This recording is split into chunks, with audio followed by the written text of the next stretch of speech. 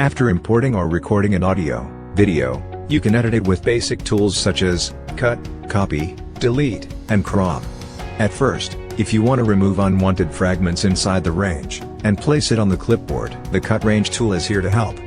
Specify a range, then click this button. Or press Ctrl-Shift-X. As you can see, a red stripe appears, to show where the two remaining parts are joined together.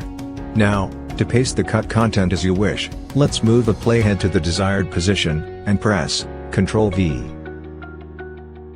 Next, Copy Range is your option, to copy parts of objects that fall inside the range. Just click here, or press Ctrl-Shift-C.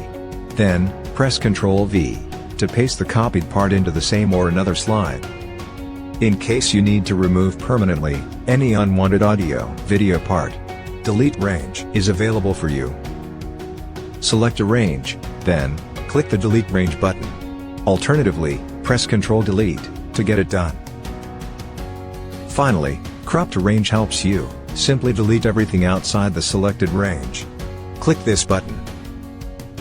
Or press Shift-Delete to complete. That's it.